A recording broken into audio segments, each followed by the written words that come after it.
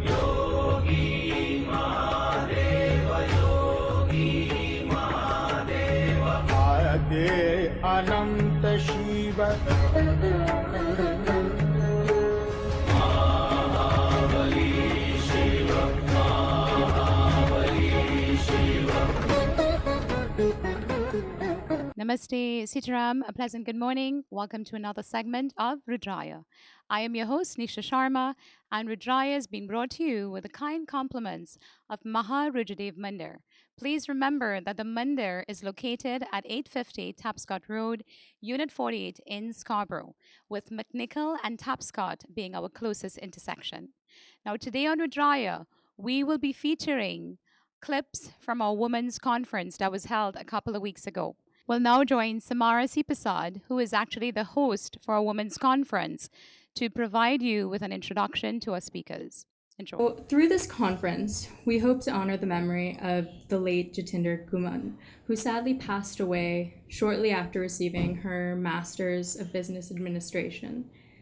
She was a source of strength and joy for so many people throughout her life.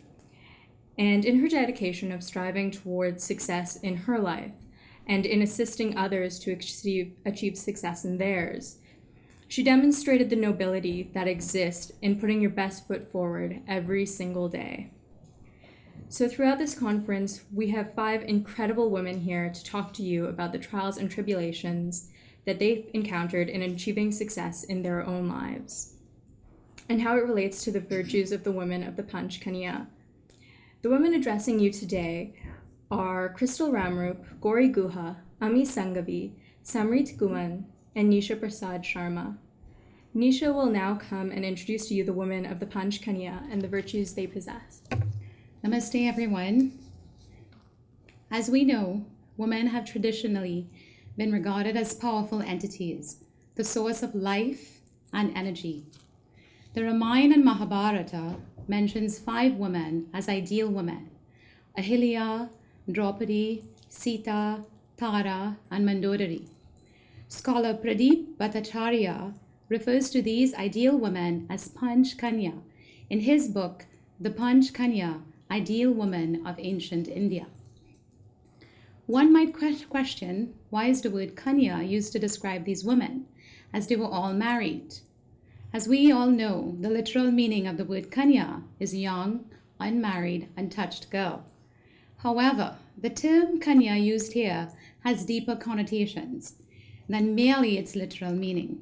We focus on the element of purity that the term Kanya represents. Despite society imposing a charge of moral degradation upon them, these 5 ideal women all remained dignified and possessed a purity of the mind. Some of them had to sacrifice their lives to prove their purity. Yet the agonies and sufferings of each of them are different, and the way they face them are also different. No 2 life histories are the same, hence each of them have to be considered separately. The first Kanya, Ahilya, in Valmiki's epic Ramayana, is the wife of sage Gautama, a woman of flawless beauty created by Brahma. Indra, lord of the gods, disguised himself as Gautama, approached her and persuaded her to be with him. How was this her fault? Gautama discovered Ahilya's transgression, cursed Indra, and condemned his wife to perform penance until she became purified. Ahilya refused to accept social exile. Instead of slinking away into a forest retreat to cry over her dishonor, she stood firm, staying in the very ashram where she was shamed, and carried on her good work despite society's censor. In Valmiki's Ramayana, Ahilya does not go through an actual physical transformation. Because in some epics you would hear that Ahilya turned to stone. She does not literally turn to stone, but she goes through a psychological transformation that is freezing of the emotions, making her socially into a non-person. In the end, Sri Ram came out of her side and declared her blameless in this incident. Her self-respect and status in society was restored so that she truly lives again. At no point did Ahilya seek anyone's assistance in her fight against injustice. She let her work speak for itself. She was successful in proving her innocence to her husband, who in turn accepted her. Indeed, Ahilya was the embodiment of patience. Draupadi, wife of the 5 Pandava brothers in Mahabharata. Draupadi's life was full of despair. She was mocked and subjected to all sorts of unkind remarks of all her life. Yet she lived through it all with queenly dignity. From time to time, she lashed out at her husbands, her family, society, and even Sri Krishna to remind them of their duties. But at no time did she cry like the typical heroines of Indian movies. Instead, she was the lioness who urged her champions to fight for the just cause time and time again. One wonders what she would have done had she had the capacity to yield weapons instead of her husbands. Draupadi's keen sense of justice and rights kept her husbands from veering off into sentimentality under family pressure. Hers was the toughest task, as she had to keep together 5 different personalities and focus their energies towards a great goal. Indeed, Draupadi was the embodiment of karma, action, drive to succeed. Our next Kanya, Sita, of Valmiki's Ramayana, the often misunderstood wife and queen of Ram, was a woman with an independent mind of her own. Unlike most women at the time, Sita was a headstrong woman who successfully argued her case with Ram and her in-laws to follow Ram into exile. Even while in exile, she proved herself up to the challenges of living in a forest. During her captivity, she showed the strength of her character by fighting off the unwelcome attentions of Ravan for nearly a year. Her spirited speech with Lakshmana at the time of Ram's abandonment alone is proof of her strong, independent streak. It was not easy in those days to live the life of a single mother, and yet Sita Devi successfully brought up 2 sons in the ashram of sage Valmiki. At no point did she ask for assistance from her parents, compensation from Vibhishan, or compassion from Ram or Ravan. Indeed, Sita was the embodiment of dignity. Tara of Valmiki's Ramayana was the widowed wife of Vali, who married Sugriv and successfully championed her son's right to inherit the throne of Kishkinda. Her knowledge of what was going on in the kingdom was even keener than that of Vali. She knew about Ram's friendship with Sugriv. Despite her best efforts to counsel Vali fought the new alliance of Ram and Sugriv and lost his life. Being a realist, Tara accepted the passing of her husband and married Sugriv. But being resourceful, she was not going to let the death of her husband deprive her son of his rights. In accordance with the social customs of Vanar society, she married the new king and became his chief queen. Usually, the new king would dismiss the sons of his predecessor and insist on his own children getting the throne. But Tara made Ram and Sugriv guarantee her son's succession for the dishonorable way they had killed her husband.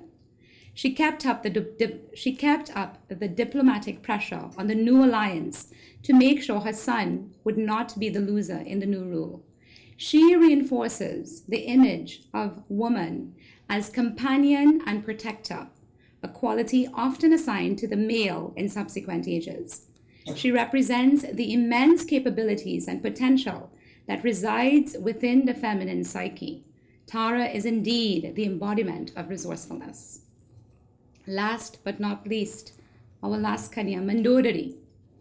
Mandodari was the captivating beauty in Valmiki's Ramayana, who married an aspiring Asura king, Ravan, and became the empress of his vast Asura empire. However, her husband had a roving eye, and Mandodari must have suffered constantly by his lust for beautiful women. But instead of arguing, fighting, or making life a misery for her family, she took charge of the situation and managed the ever-growing seraglio of her husband with self-confidence. Like Tara, she was very resourceful and knew statecraft better than most ministers. She handled Ravan with great skill and diplomacy and retained her position as his chief queen against all odds. From what Hanumanji observed, despite her delicate position, she exercised great control over Ravan and was a moderating influence over his tempestuous nature. It could not have been easy living in the politically charged Asur court of Ravan. During the war, she counseled Ravan with great care. Indeed, had he followed her advice, he would not have lost his life. Mandodari was indeed the embodiment of diplomacy. Friends, each of our speakers will be reflecting their own life experiences to that of these Panch Kanya. The characteristics of these ideal women, as listed in the Puranas, which we will be reflecting upon, are dignity, patience, diplomacy, resourcefulness, and drive to succeed.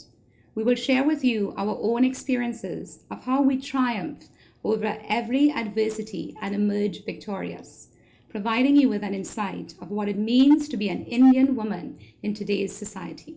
Thank you. So our first speaker this afternoon, will be Gauri Guha. Let's fast forward to 1980, when I came to Canada to perform from Guyana, where I was posted as a diplomatic officer and music teacher at the Indian High Commission. I fell in love with Canada at first sight. Honest to God, I still do. I love this country. During the same trip, I was offered a job by a Canadian musician to teach music at his school. On the basis of my having a job over here, my whole family was granted immigration. Actually, immigration was given to me on a platter. So my next challenge started as we got immigration to Canada, and I will tell you why. I was posted at that time as an assistant manager in a big corporation in India, and my husband was the head of the department of a scientific organization. So it was not easy for us to decide, drop everything, and come to Canada. Because I was so interested, we all came to Canada, my husband, myself, and our two small children. Shortly after, my husband had to return to India due to some personal and family reasons. He took our older daughter with him, as it was felt that in the event that we decide not to be here, her standard of education should not be compromised. It was and still is a quite competitive in Indian school system, and that drove some of our collective decisions. I decided to stay back in Canada with our younger daughter, who was only 4 years old at the time. That was the first time I ever lived alone. I worked, I studied, looked after my daughter, performed and taught music, and managed household responsibilities all by myself. Neither at that time nor now we have any relatives here in Canada from my side and my husband's side. We're the only family. However, it was very difficult at times, but I always found the light at the end of the tunnel because I knew what I wanted, and I was working towards the right directions of my objectives and goals. With my perseverance, determination, and a sense of dignity, I overcame all challenges. I completed business management degree, acquired a senior management position in Scotiabank, and established myself as a professional classical vocalist and music teacher. In 1988, our family decided that permanently living in Canada was a viable possibility. My husband returned to Toronto with our elder daughter. After 6 years, the whole family reunited. From that point on, we never had to look back. Today, I can say with a lot of pride that both of our daughters, by the way, they both are MBA from Schulich Business School, are not only well educated and professionally established, but also have all the values, virtues, and understanding of our rich cultural heritage. So our second speaker will be Ami. With no knowledge of printing, I learned everything by myself and started a shop in North York for one in Victoria Park and ran for 17 years. And the business grew. It was not easy in the beginning, but it grew and grew and grew. I worked 70, 80, 90 hours a week and did not take any holidays for 7 years. So I guess that is expected when you start a new business. Everybody works hard, but I am very, very, very persistent. I do not give up at all. So I had this burning desire. I was happy with my business. The business had grown. The children were going. My mother-in-law was, was still looking after all this. And then I still had this burning desire, which was suppressed within me to do something besides a business, which is successful.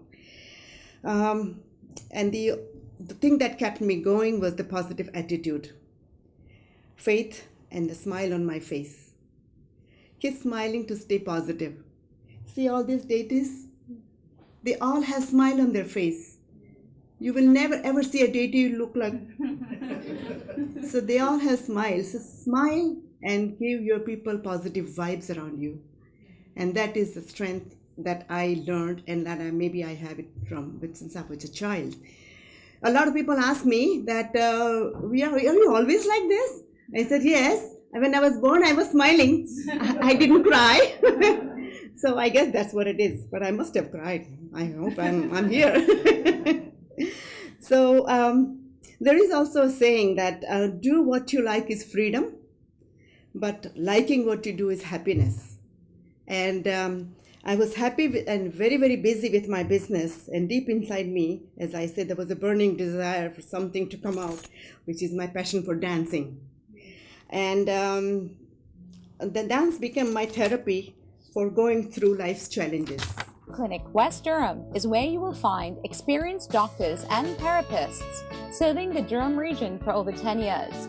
Our friendly and highly trained treatment team diagnose and treat a wide variety of injuries and pain. We will manage your care with your family doctor and specialists and bill directly to your insurance company. We are conveniently located at 1031 Brock Road in Pickering. Flexible appointment hours are available. Please call us at 905-428-1266 to book an appointment. A special occasion or make one of your dreams come true? Then visit Rudraaya Banquet Hall, conveniently located just off the 401 East at 185 Wesley Road South in Ajax. Elegantly appointed in creams and golds, the facility now caters to every nationality. To reserve your special occasion, call now at 905-426-7692 or visit Rudraaya's website at www.rudraaya.ca. So our first speaker for this portion is Crystal. So Crystal Ramroop. It feels strange to stand here and talk about my road to success when I didn't realize that I was on this road at all, or that I had arrived at this destination called success. The fact is, I still have a long way to go. There is one common life-changing experience that bonds many of us in the room here today. Many of us are immigrants to this country. 13 years ago, while at secondary school in Trinidad, I decided on my own that I wanted to learn how planes could fly. And the only place that could teach me was not the University of West Indies up the road, but instead the University of Toronto, 5,000 miles away from home. At this time, the dream seemed ridiculous. No one in my family had ever attended full-time university, much less abroad, and very little of them had ever sat in an airplane, myself included. Like many of you here, I grew up in a very conservative home where Hindu rituals and lifestyle expectations were deeply embedded and preached to every child in their growing years. While I have many joyful memories growing up in a very traditional religious environment, not all these cultural norms and expectations necessarily aligned with how I envisioned my life. Many relatives, school friends, and those from the village expected me to follow the path that their parents followed. Finish high school, obtain a job in a trade or administration, get married and live off my husband's assets, have a family, and carry on a life similar to them. In moving to Canada on my own, I was leaving behind a sanctuary of comfort where elders waited on kids hand and foot to study a field that my family had not the slightest clue about, and in a country where I had never set foot in and where I had little existing support and no family connections. My actions broke the mold of expectations that had formed around me since birth and triggered the occasional skepticism from those who witnessed my transition. This skepticism may have been well placed. Moving from one country to another is not an easy task, like many of you know. I had to develop the necessary skills, forge relationships, and adapt to a foreign culture to begin building a foundation for myself and eventually my parents. Quite a formidable task for a hazy-eyed, inexperienced student who never left the comforts of her own house for too long. But I learned how to be resourceful, like Tara. Ask questions, be less afraid, push your limits, go outside of your comfort zone, make different friends. Be the first one to speak in a room. I had the opinion that these skills would be necessary for me to survive on my own in Canada and to develop a sense of independence that I craved from a young age. During this transition, my eyes opened to a new world, to a new way of doing things when compared to my traditional upbringing. I saw a more youthful side of Hinduism through the Hindu Student Council at the university, a side where religion extended beyond the rituals and was about cheerful congregation anywhere, community service, love for yourself, and appreciation for people and things beyond you. It was about spirituality to me. Today, I am so proud that I had the courage to break that mold and not wait for anyone or any event. And this is the first pillar that I attribute to my success. Don't be afraid to color outside the lines. Break the mold and push the boundaries of what is expected of you. Today, as I begin the next chapter of my life, I am faced with a different challenge. Working and succeeding in an industry very foreign to me, construction. It will be an uphill climb as I encounter issues like male dominance in the workplace, inexperience in a new industry, and aggressive competition to move up the corporate ladder. Beyond the workplace challenges, there are new challenges ahead that come with a new lifestyle that I've never experienced before. It is important that I continue to harbor my foundation values, grow my spirituality, and carve my own personal identity while still feeling successful and happy each day. Moving on from a young Caribbean Indian female immigrant to an established, successful, happy woman, proud of her heritage, but also proud to call Canada home. Thank you. In that vein, the next speaker will be Samrit Guman, who is the daughter of Jatinder Guman. I find it a great honor to be here on behalf of my mother, the late Jatinder Kaur Guman. I wish my mother was here, speaking instead of me, but today I'll try my best to share with you some of her struggles and experiences on her path to success. My mother immigrated to Canada in 1996 with a master's degree in geography from Guru Nanak Dev University in Amritsar, Punjab. At first, she experienced a great culture shock and found difficulties adapting to the customs of Canadian society. This was a time when the internet was still young, social media was a playground for teenagers, and globalization had just begun to provide exposure of Western culture to the Indian subcontinent. From a very young age, my mother had been open to new ideas and creativity. She was fond of learning new things and saw challenges as a way for her to exercise her skills and improve. Soon she had adapted to life in Canada and spoke fluent English. She learned to socialize and communicate with her friends, family, and co-workers in a manner more suitable to Canadian society. Later, she heard about the Ontario Certified General Accountants (CGA) program, which is now called the Certified Professional Accountants. One of her colleagues had recently joined the program at that time and suggested she apply as well. After doing some research and discussing her plans with the family, she decided this was the right career choice for her. With this new decision came new challenges. My mother began balancing family life, social life, her job, and studying. She proved that having a family does not have to be an obstacle in a woman's path to success. She showed us all that having a family can provide great emotional support while chasing your dreams.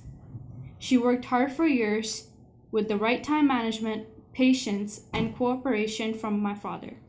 There were times where she would become fed up and consumed by stress, or times where she would fail an assignment or do poorly on a test, but she would never give up. She was always quick to retaliate with even more confidence. With patience, she learned to truly grow even through her struggles. She would find her inner motivation and her passion to learn and grow. She saw every day as a new step forward, and with her firm grip, she climbed the ladder to success.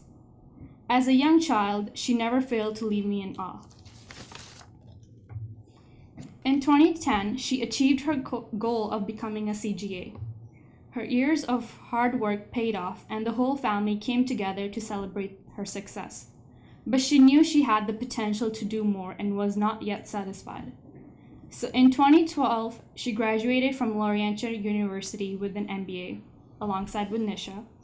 She had always inspired those around her, and she achieved greater accomplishments. Unfortunately, she was diagnosed with breast cancer the day she graduated and passed away shortly. She is missed every day, and I wish she lived longer. I still have so much to learn from her, and her motherly love will never be replaced. But as they say in India, we humans are incapable of understanding God's way. Even though she left us way too early, her memories and legacy remain immortal. She will always be an idol role model for young women in our community. She showed us all that with patience, dedication, balance, and courage, women can achieve anything they put their mind to. Thank you. Clinic West Durham is where you will find experienced doctors and therapists serving the Durham region for over 10 years. Our friendly and highly trained treatment team diagnose and treat a wide variety of injuries and pain. We will manage your care with your family doctor and specialists and bill directly to your insurance company. We are conveniently located at 1031 Brock Road in Pickering. Flexible appointment hours are available.